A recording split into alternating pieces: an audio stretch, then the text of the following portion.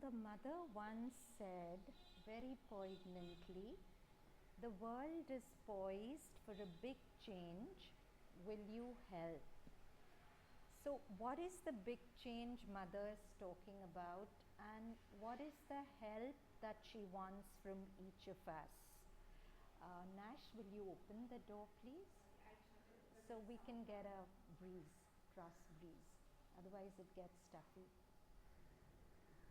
So, what she's talking about is we all know Darwin's theory of evolution, and we know that rock became plant, became animal, became human.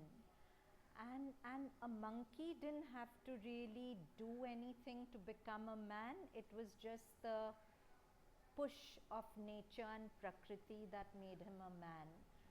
But Sri Aurobindo says man has to leap to the next species, which he called the supramental species, which is a species which will exceed the mind which functions in thoughts, and we all know how much harm and good the mind has done.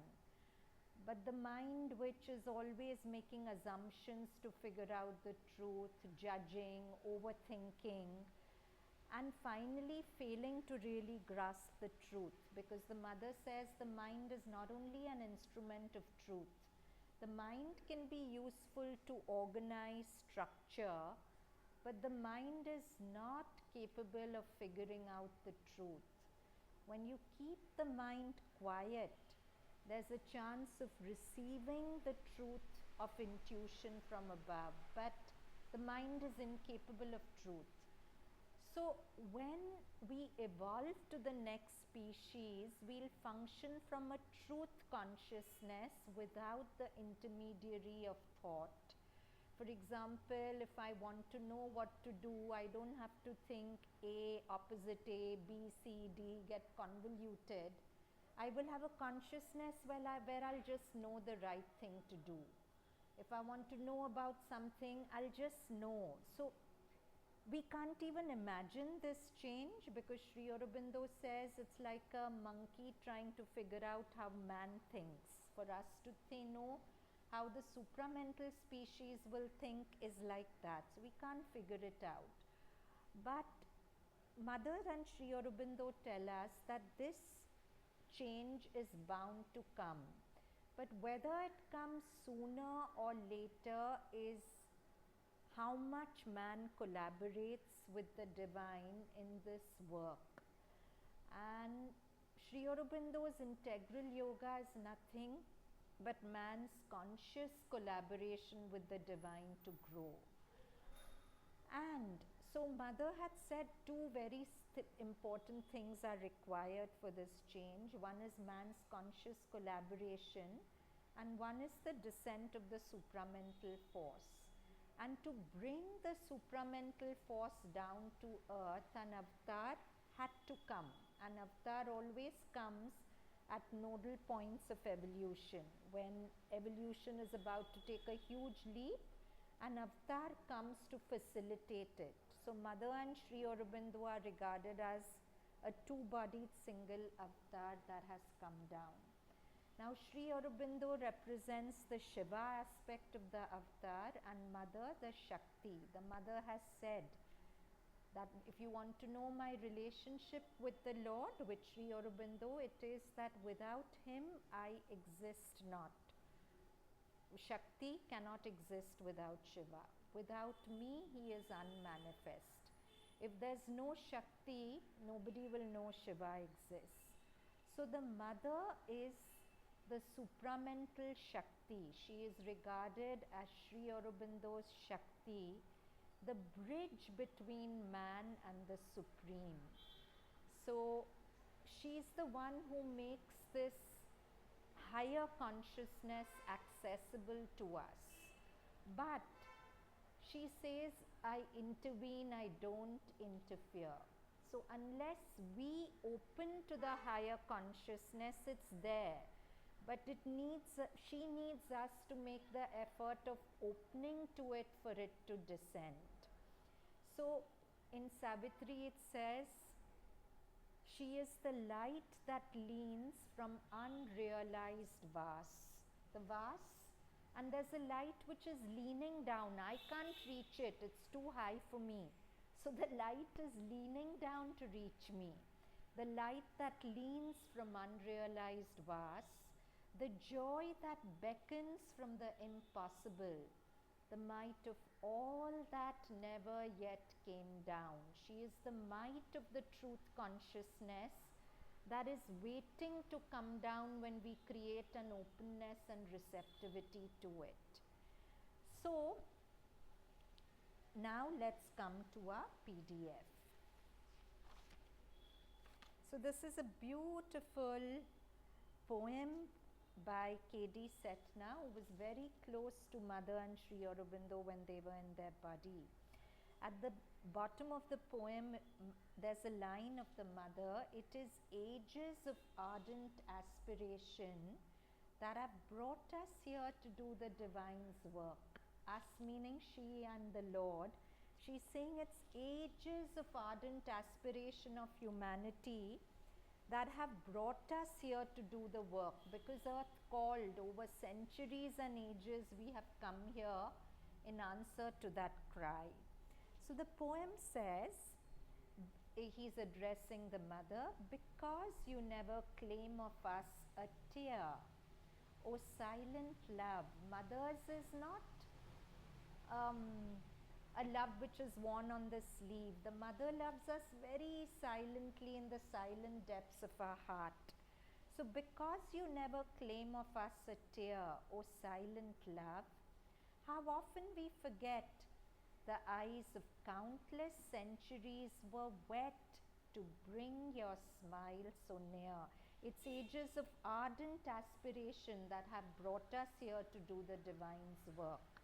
You never want us to cry, but we forget how much the earth has toiled to bring you down, and how much you have labored to come across the distances and the huge gaps of consciousness between you and us, how much you have labored to come down. See, sometimes when there's a very high frequency and a very low frequency, it's very difficult to bridge the two.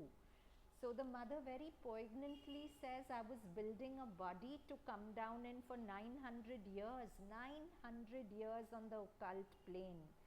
Because a body that could contain the Adi Shakti, the one who controls universes, you need a very special kind of body.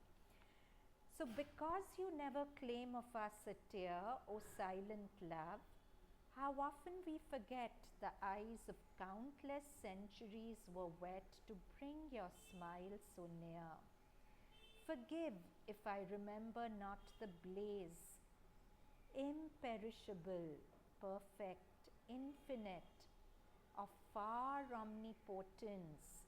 So Amal Kiran saying omnipotence is all power, the blaze of the supreme, of all power. Forgive me if I remember not the blaze, the source from which I came. I'm too ignorant to remember it. From which you lit your lamp of human face. Forgive if I remember not the blaze, imperishable, perfect, infinite, of far omnipotence, from which you lit your lamp of human face. So beautiful. I don't forget, I don't remember the blaze, but that source from which I came, that all-powerful source, it's like you carved your face from there and made it available for me to see. Make me a worship vigil everywhere. Vigil is somebody who's alert. So let me be alert to sense your presence, and that too with devotion. Make me a worship vigil everywhere. Slumber and wakefulness, one memory, that you are God. Oh, let each pore of me become a mouth of prayer. That is his aspiration. It's a very beautiful poem. I'll read it without explanation. Because you never claim of us a tear, O silent love, how often we forget The eyes of countless centuries were wet to bring your smile so near. Forgive if I remember not the blaze, imperishable, perfect, infinite, of far omnipotence from which you lit your lamp of human face. Make me a worship vigil everywhere, slumber and wakefulness, one memory that you are God. Oh, let each pore of me become a mouth of prayer. So these are few excerpts from the life of the mother, just to tell us who she really was. We get sometimes very misled by this human form she wears, but she was never human. Right from birth, she was different. So mother says, when I was 5, even 3 years old, I was conscious. The beginning was made in the womb.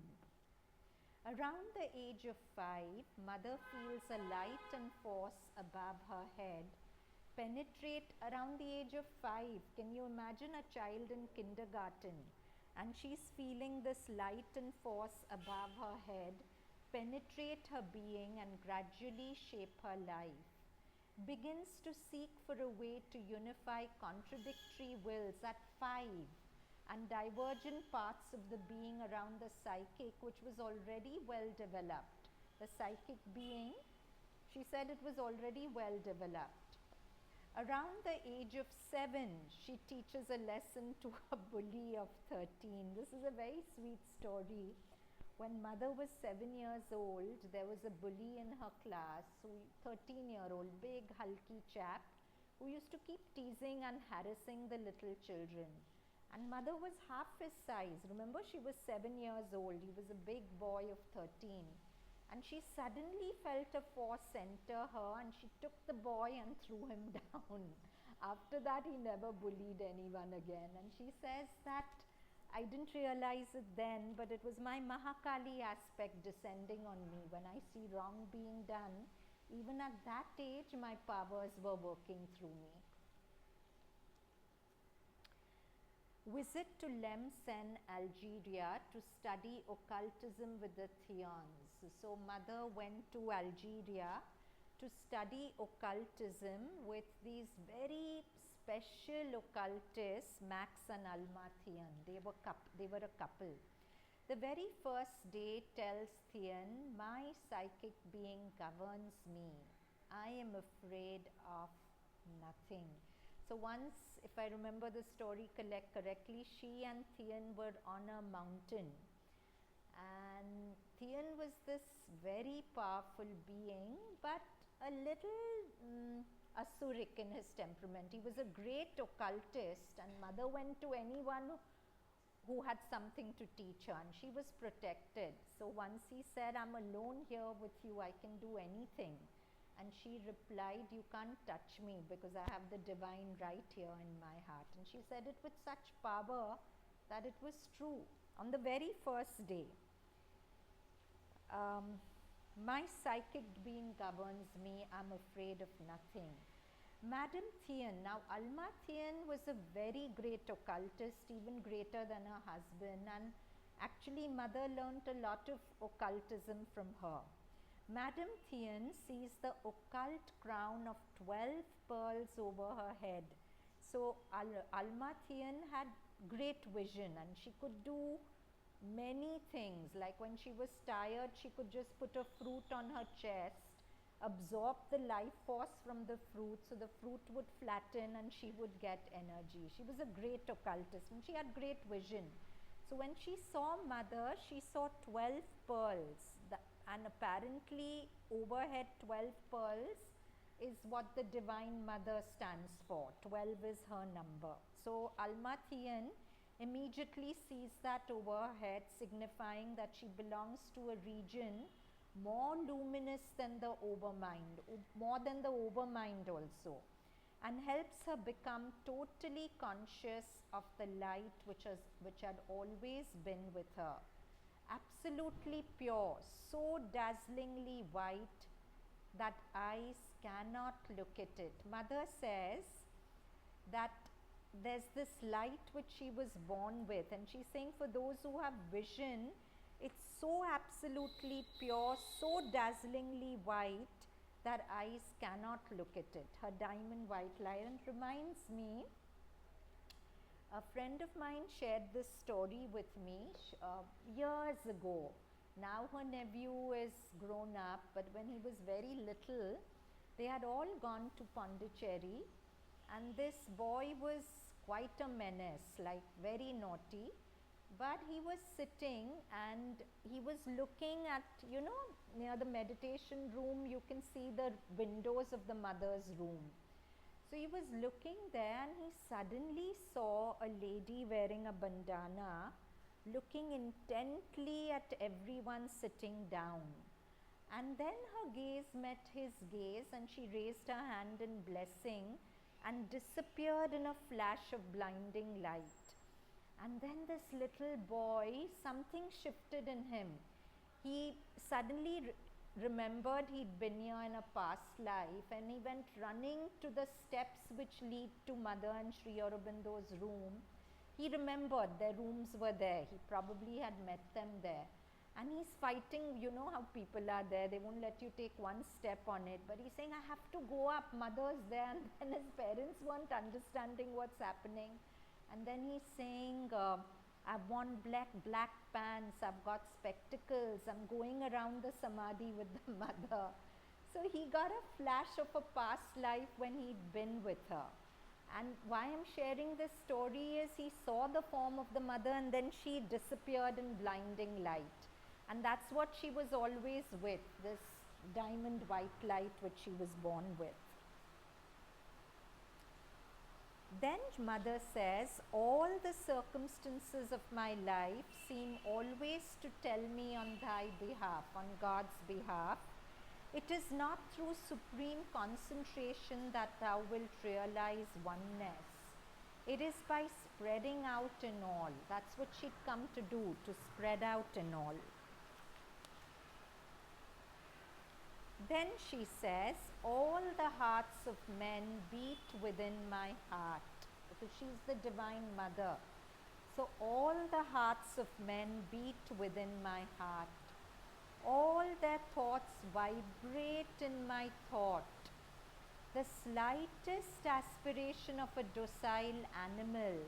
Imagine she's picking up the vibration of the slightest aspiration of a docile animal or a modest plant. We know stories of how trees would come and talk to the mother, isn't it?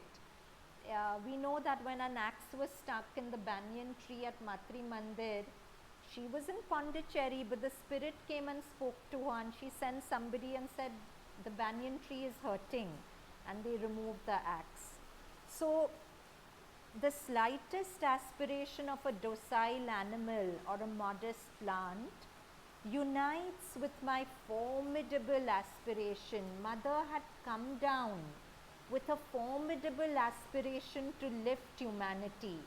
So she's saying the slightest way you aspire, it joins my aspiration and we rise up.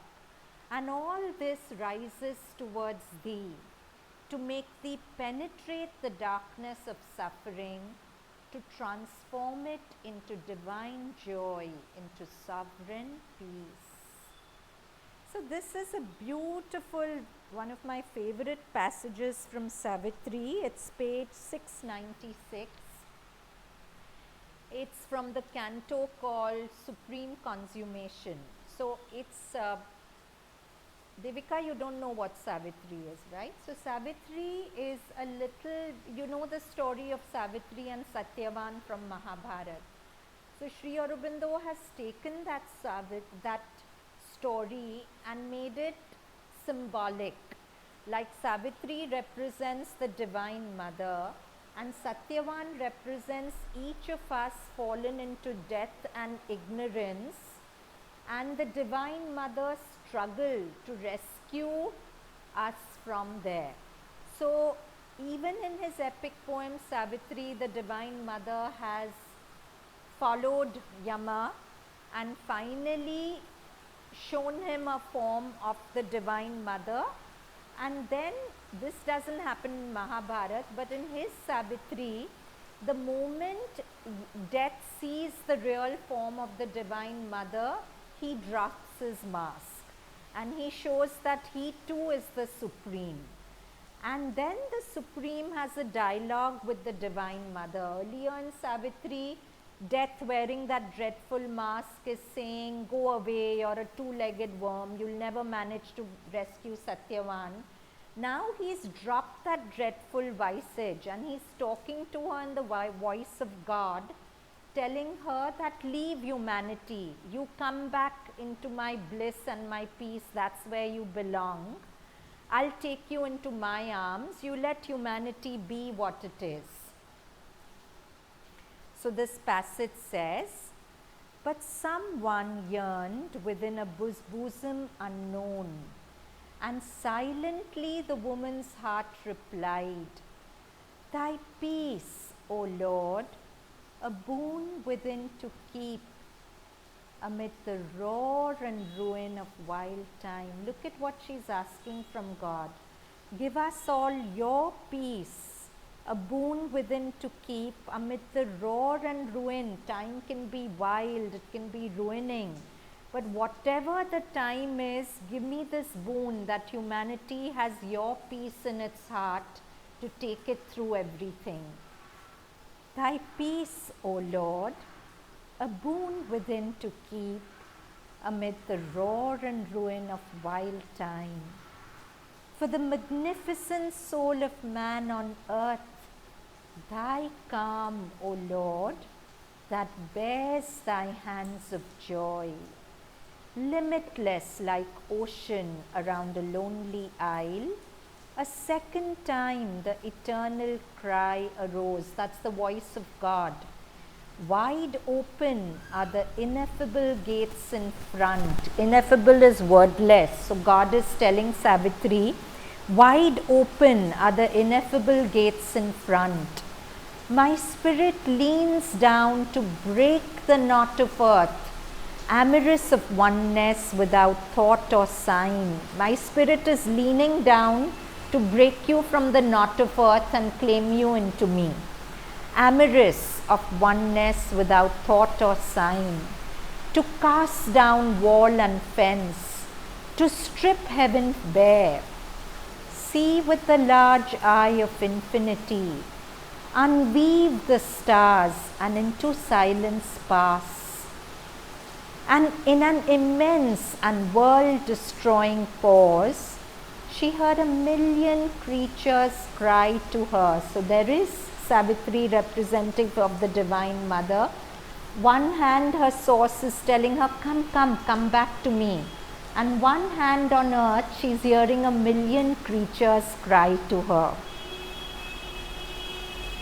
She heard 1,000,000 creatures cry to her.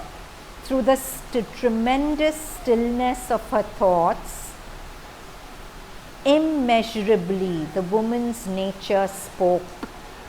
Thy oneness, Lord. The Lord is telling her, come, become one with me. But she's turning that down. She's saying, thy oneness, Lord, in many approaching hearts, all hearts which aspire. I don't want to become one with you alone. I want your oneness for all these approaching hearts. My sweet infinity, after all, I'm your Shakti. I don't want to merge into you and leave my children as they are. My sweet infinity for thy numberless souls, mightily retreating like a sea in ebb, a third time swelled the great admonishing voice, the voice of the Lord. I spread abroad the refuge of my wings. Out of its incommunicable deeps, my power looks forth of mightiest splendor, stilled into its majesty of sleep, withdrawn from the dreadful whirlings of the world. A sob of things was the answer to the voice, and passionately the woman's heart replied, thy energy, Lord, to seize on woman and man, to take all things and creatures in their grief and gather them into a mother's arms. This is the boon she's asking from the Lord. The Lord is willing to give her everything she wants. But what is she asking? Thy energy, Lord, to seize on woman and man, to take all things and creatures in their grief and gather them into a mother's arms. Solemn, and that's what the mother always says. I haven't come here to be your guru. Don't approach me as if I'm your guru. I've come here to be your mother. Come to me as a child comes to the mother. I don't want to be your guru. I want to be your mother. So that's what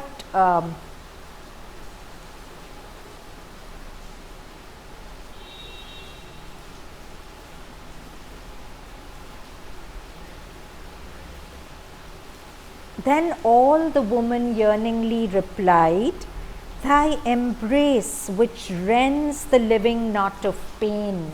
All of us are caught in a living knot of pain, right? So she's saying, your embrace. Imagine if the Lord actually embraced me, all my painful knots would dissolve, right? So that's what she's asking. Thy embrace, Lord, to rend the living knot of pain. Thy joy, O Lord, in which all creatures breathe. Let all creatures breathe not in the atmosphere of this sorrowful earth. Give them your joy as the air to breathe in. Thy joy, O Lord, in which all creatures breathe. Thy magic flowing waters of deep love. Thy sweetness give to me for earth and man. I'm going to read some of these lines again without explanation, just feel them. But someone yearned within a bosom unknown, and silently the woman's heart replied, Thy peace, O Lord, a boon within to keep, amid the roar and ruin of wild time. For the magnificent soul of man on earth, thy calm that bears thy hands of joy, thy oneness, Lord, in many approaching hearts, my sweet infinity in thy numberless souls, thy energy, Lord, to seize on woman and man, to take all things and creatures in their grief and gather them into a mother's arms. Thy embrace which rends the living knot of pain. Thy joy, O Lord, in which all creatures breathe. Thy magic flowing waters of deep love. Thy sweetness give to me for earth and men. Now, these are from Letters on the Mother by Sri Aurobindo. Sri Aurobindo says, by remaining psychically open to the Mother, all that is necessary for work or sadhana develops progressively. That is one of the chief secrets, the central secrets of sadhana. But it is not by updesha. Updesha is lectures that this sadhana is given or carried on. So for example, if I said all this in my words, it would make logical sense. But why do I keep reading out their words? Because their words are pulsating with their consciousness. Mother and Sri Aurobindo say that our consciousness is in our words, and if you just quietly read our words, it's a very powerful way of opening to the Mother, because their words have some magic in them which, and again, if you read it with your external mind, you'll get bored, you'll want to put it away. But if you make your mind quiet and you read with the inner mind, it's just magical how it changes the atmosphere inside you. So she's saying it is not by Updesha that this sadhana is given or carried on. It is only those who are capable by aspiration and meditation on the mother to open and receive her action and working within that can succeed in this yoga. Further, Sri Aurobindo says, it will be evident that the two most important things here are the opening of the heart center and the opening of the mind centers to all that is behind and above them. For the heart opens to the psychic being and the mind centers open to the higher consciousness. And the nexus between the psychic being and the higher consciousness is the principal means of the Siddhi. So the only method, if we can say there's a method that Sri Aurobindo has given us, is to concentrate in the heart, on the mother's presence in the heart, and sometimes to just stay loving her, giving ourselves to her, self-giving and love for her. If we do just that, she does all the rest, because we don't know how to do. It's totally uncharted waters. This integral yoga, we don't know what to do. The road ahead is completely unknown. The only known we know is the mother, and the only thing we can do is to love her and stay in that love, and then mother does all the rest. She opens our overhead to the higher consciousness. She does all the rest. But that little effort every day, mother tells us that just give me half an hour of your day. I'll take care of the rest of your day, but give me that half an hour. Open to me for that half an hour. But we get so caught up that we sometimes don't even give her that. She who's given us our lives and lifetimes. And today she's come down in flesh and blood. And she, the Adi Shakti, is asking us, will you give me half an hour of your day?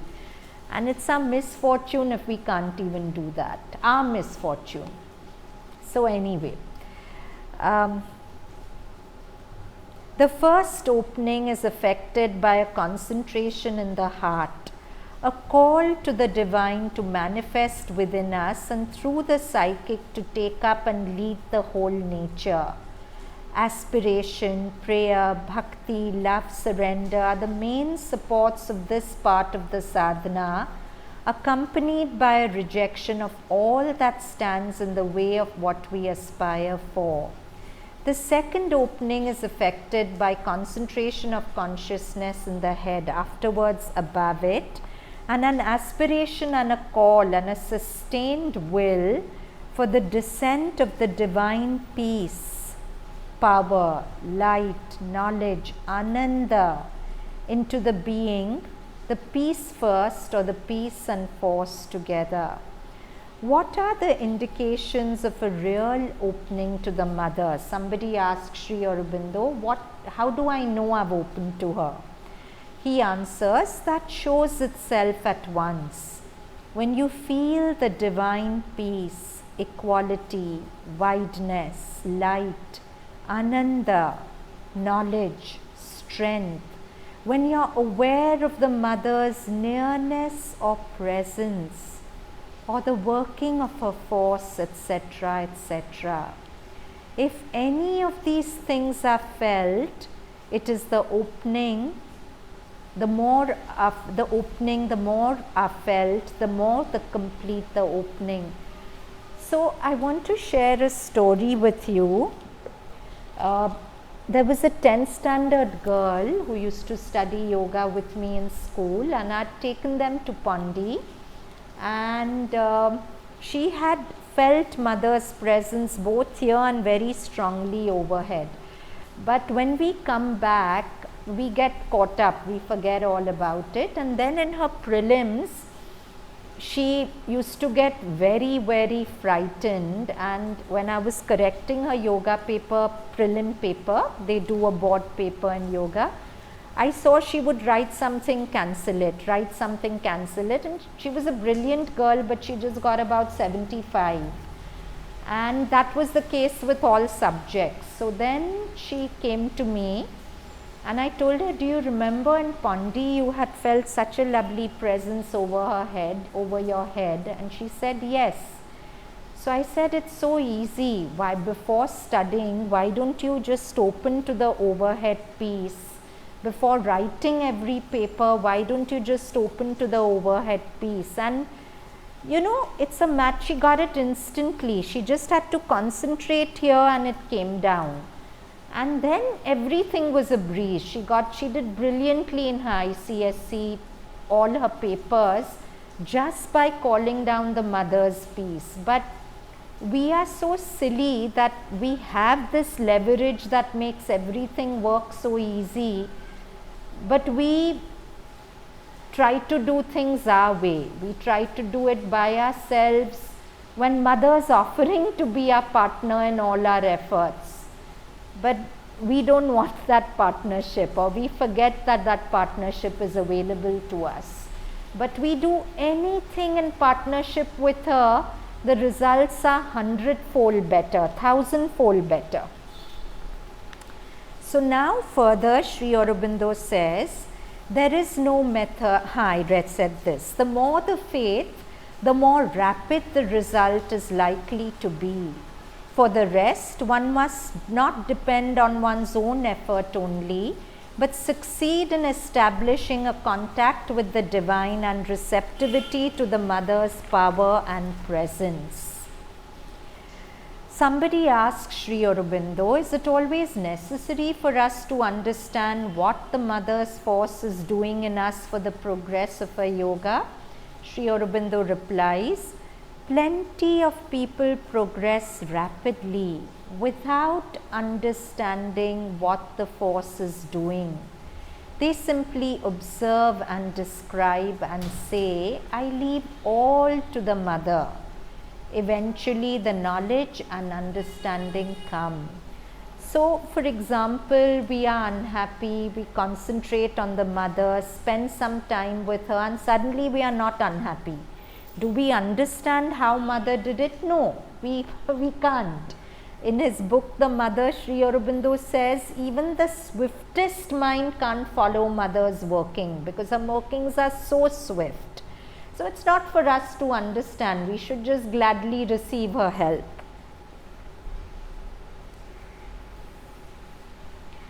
Another question to Sri Aurobindo, but with reference to the mother, you once said, ask for the consciousness of her force.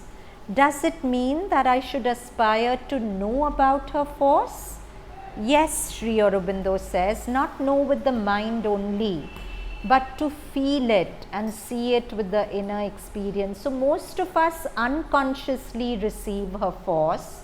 So Sri Aurobindo is giving us a guidance. Ask the mother, make me conscious of your working inside me, because whatever we ask for, mother said every sincere prayer is answered. Further, Sri Aurobindo says, the mother's force may do everything, but one has to become more and more conscious of one's own being and nature and what is below in it. It is not a question of mental judgment, that is of little use in these matters, but of consciousness, feeling and seeing. So this is important, this is part of the conscious collaboration. So for example, if I'm feeling miserable, somebody said something nasty to me and I'm feeling miserable in myself. Yes, I can sit with the mother, but sometimes it's helped to look at my misery and say, why did I get triggered? What was the past samskara that came up? To be conscious of what's coming from below me, then it's a more conscious offering to mother, and then her force works more rapidly. Do you understand what I'm saying? So That's what Sri Aurobindo is saying. The mother's force may do everything, but one has to become more and more conscious of one's own being and nature and what is below in it. It is not a question of mental judgment, that is of little use in these matters, but of the consciousness. So it's not mentally judging that, oh, he said this, I should do this. I'm feeling depressed, I'm inviting the mother to sit with me in my depression and just look at the depression, not think about it. Just keep looking at it, feeling it, see where I'm feeling it in my body and wait. And suddenly an insight will come. You will see that the person's words weren't the real cause of my depression. Some suppressed past trauma, it triggered and it brought out. And then I can offer that to the mother. So I can consciously collaborate with her in these things. So Sri Aurobindo is saying supermind is not organized in the lower planes as others are. It is only a veiled influence. So the supermind as yet cannot penetrate the lower vital, the physical. There you have to go with your awareness and bring it to light and then offer it to the mother's light and she can do whatever she likes. He says if it was organized in the lower planes, the supramental realization would be easy. Further, he says, you should not rely on anything else alone, however helpful it may seem, but chiefly, primarily, fundamentally on the mother's force. In life, don't rely on anyone or anything else, however helpful it may seem. Fundamentally rely only on the mother's force. The sun, the light may be a help. So some people concentrate on the sun, the light. He's saying it may be a help and will be if it is the true light and the true sun, but cannot take the place of the mother's force. If we want to evolve, if we want to be part of this evolutionary journey of man to Superman, maybe not in this birth, but whatever work we've done in this birth will be carried forward in the next birth. Then bringing mother into the equation of our spiritual life is a must. Because otherwise, of course, there are other spiritual paths. There are paths of going into nirvana, Vedanta, all that they can do without the mother. But if we are on the journey of evolution, then mother's force is a fundamental prerequisite. We cannot do without it. Further, Sri Aurobindo says, those are the mother's children closest to her who are open to her, close to her in their inner being, one with her will, not those who come bodily nearest to her. So it's not, even when she was in her body, it's not that the children she loved the most were in Pondicherry with her. Some who were all over the world, but were close to her, open to her, close to her in their inner being, one with her will. Those were her real children. Further, Sri Aurobindo says, it is true that the mother is one in many forms, but the distinction between the outer and the inner mother must not be made too trenchant, too firm. For she is not only one, but the physical mother contains all the others in her.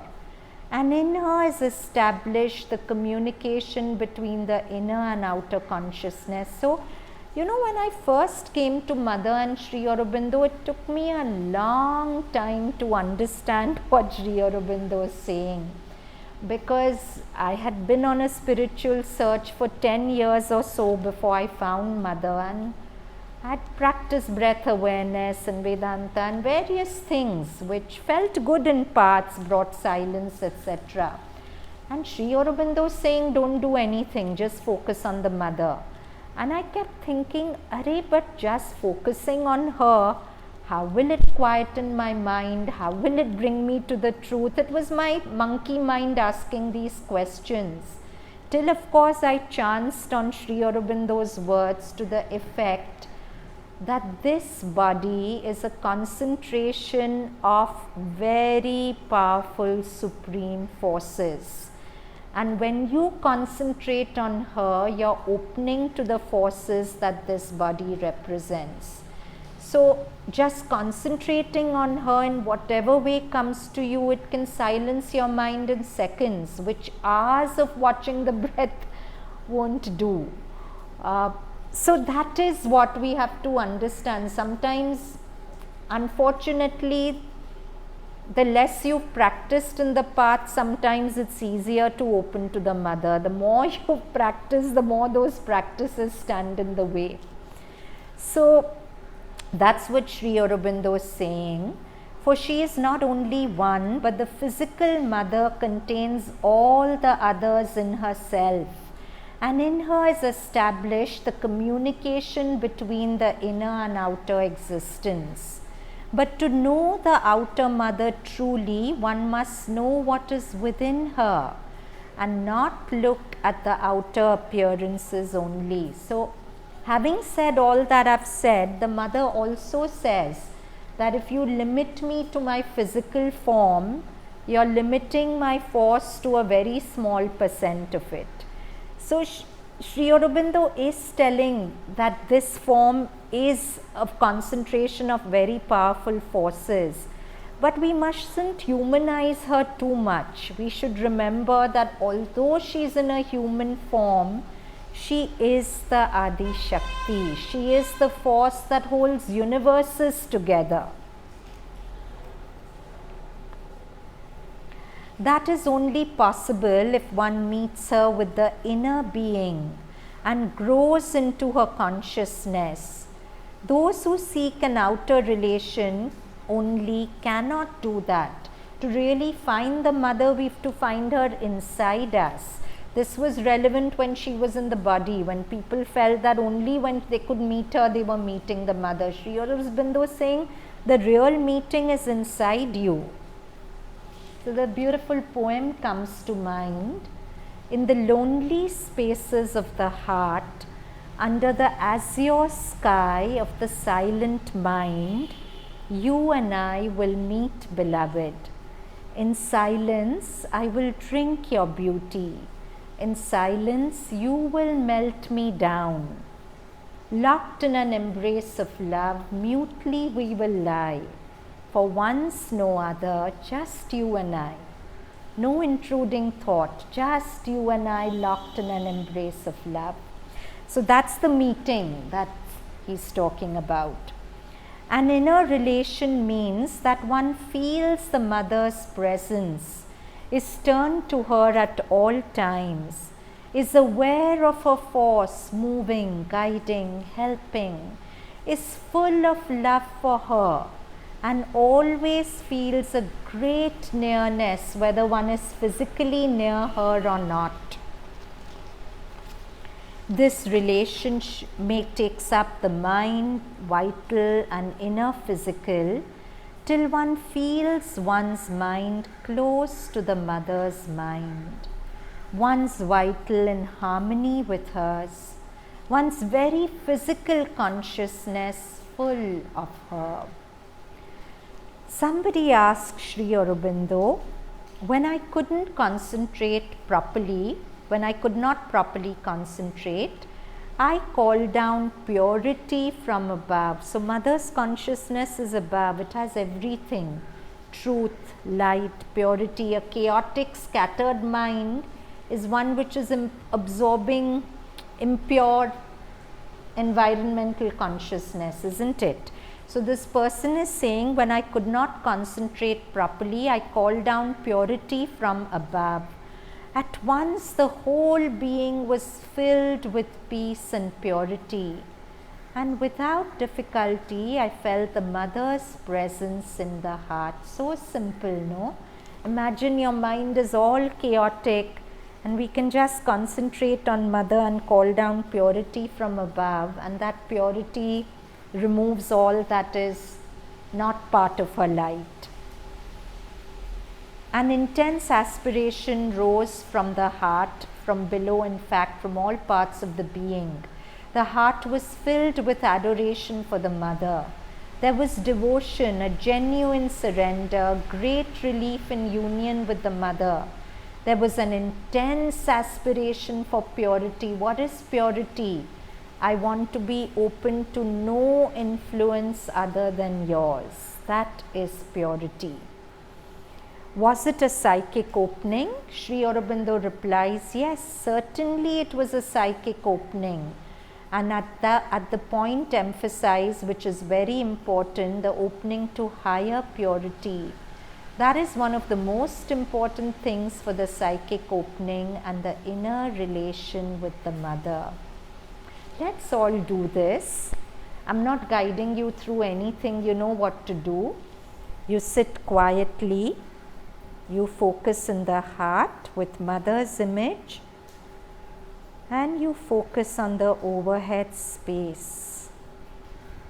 You notice how your mind is just now, and you aspire to the overhead light to descend as purity into you. Inhalation. Aspiration climbs up to as if touch Mother's feet overhead. Exhale with the word purity, inviting it to flow down my being. 2 minutes.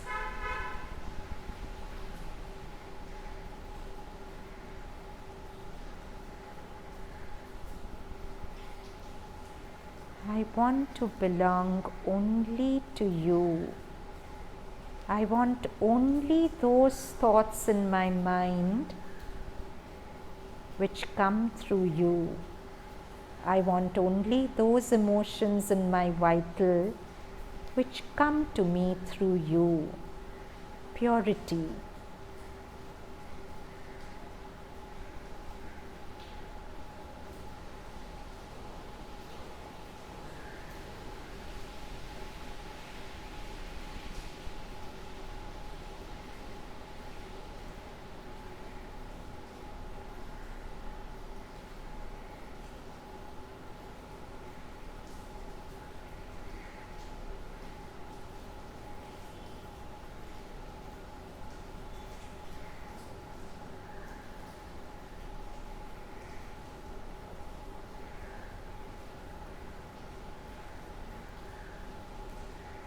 And gently open the eyes.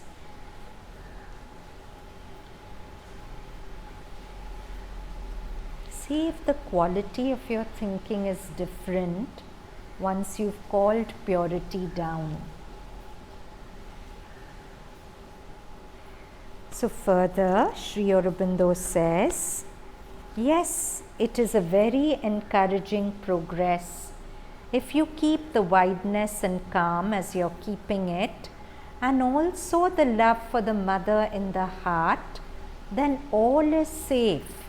For it means the double foundation of yoga. What is the double foundation of yoga?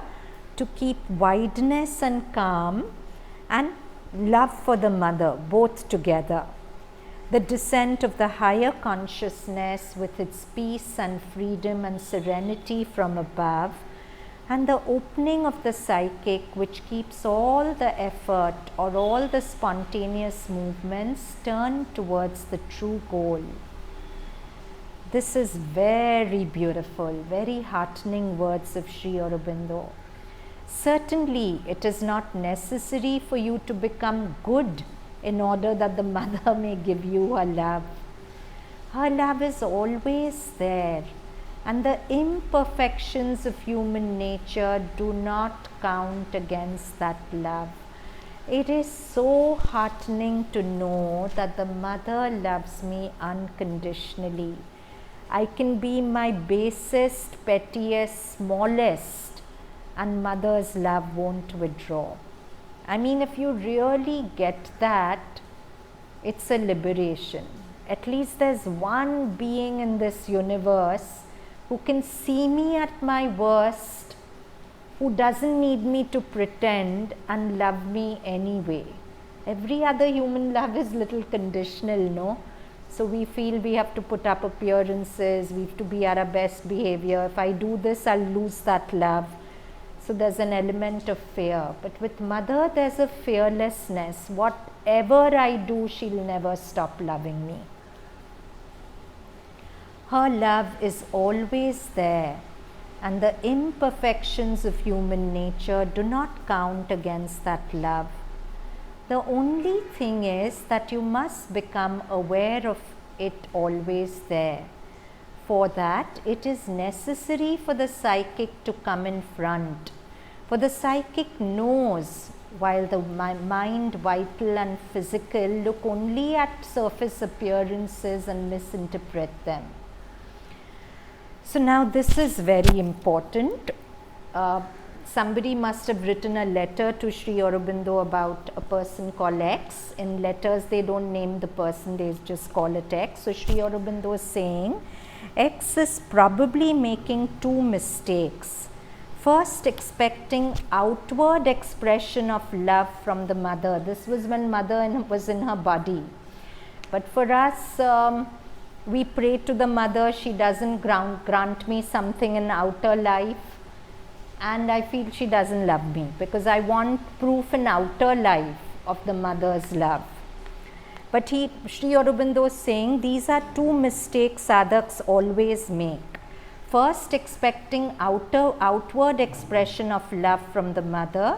Second, looking for progress instead of concentrating on openness and surrender without demand of a return. So, when I'm concentrating on the Mother, I want to feel good, I want light, I want power, I get spiritual ambition, I want to go ahead. But these are wrong approaches towards the Mother. Sri Aurobindo is saying, want the Mother for the Mother's sake, not for her gifts. Most of us reach out to Mother for gifts from her. The gifts will come in abundance once you win the gift of Mother herself.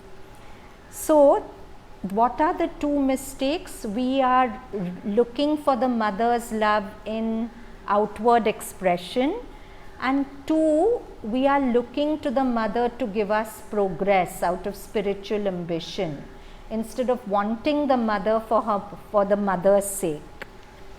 These are two mistakes which sadhaks are constantly making. If one opens, if one surrenders, then as soon as the nature is ready, progress will come of itself. But the personal concentration for progress brings difficulties and resistances and disappointment because the mind is not looking at things from the right angle. The Mother has a special kindness for X. X must have complained, Mother doesn't love me, she doesn't smile at me. I mean, sadhaks used to write all that to Sri Aurobindo. Darshan, Mother smiled at me, she didn't smile at me, she angry at me. And the avatar used to spend hours writing to them, explaining all this. That's how much patience he had with human nature. The Mother has a special kindness for X, and every day at Pranam, she is trying to put a sustaining force upon him. He must learn to be very quiet in the mind and vital and consecrate himself so that he may be conscious as well as receive. The divine love, unlike human love, is deep and vast and silent. One must become quiet and wide to be aware of it and reply to it. He must make it his whole object to be surrendered so that he may become a vessel and instrument, leaving it to the divine wisdom and love to fill him with what is needed. Let him also fix this in his mind, not to insist that in a given time he must progress, develop, get realizations. Whatever time it takes, he must be prepared to wait and persevere and make his whole life an aspiration and an opening for the one thing only, the divine. To give oneself is the secret of sadhana, not to demand and acquire a thing. This is a recurrent theme. When I concentrate on the mother and I love her, I want to give myself to her. I don't want to pull her into me, but I want to give myself to her. Mother, I'm here. Do with me what you like. To give oneself is the secret of sadhana, not to demand and acquire a thing. The more one gives oneself, the more the power to receive will grow.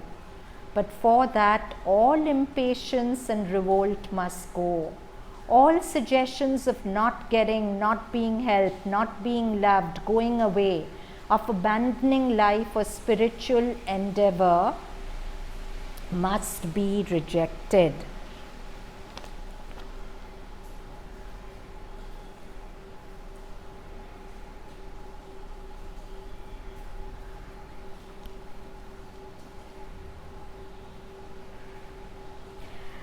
I'm going to the second paragraph. I'm skipping the first.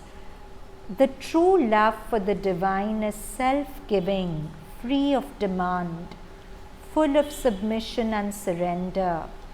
It makes no claim, imposes no condition, strikes no bargain, indulges in no violences of jealousy or pride or anger.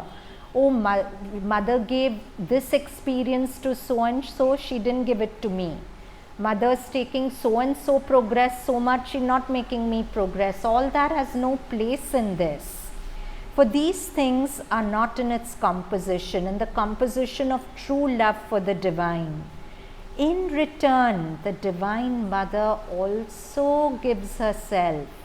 If I give myself to the Divine Mother, the Divine Mother also gives herself to me, but freely. And this represents itself in an inner giving. Her presence in your mind, your vital, that is emotions, your physical consciousness, her power recreating you in the divine nature, taking up all movements of your being and directing them towards the perfection and fulfillment. Her love enveloping you and carrying you in its arms Godwards. So beautiful. So the secret to this sadhana is give yourself to the mother. If you give yourself to the mother, she also gives herself to you. She gives herself to you as light in your mind, her love in your heart, her power in your life energies. And that is the secret. The more you approach her with ambition, give me this, give me that, it doesn't work like that. In this yoga, the equation is give yourself to the mother and the mother will give herself to you. So with that, let's conclude. Hands in a namaste.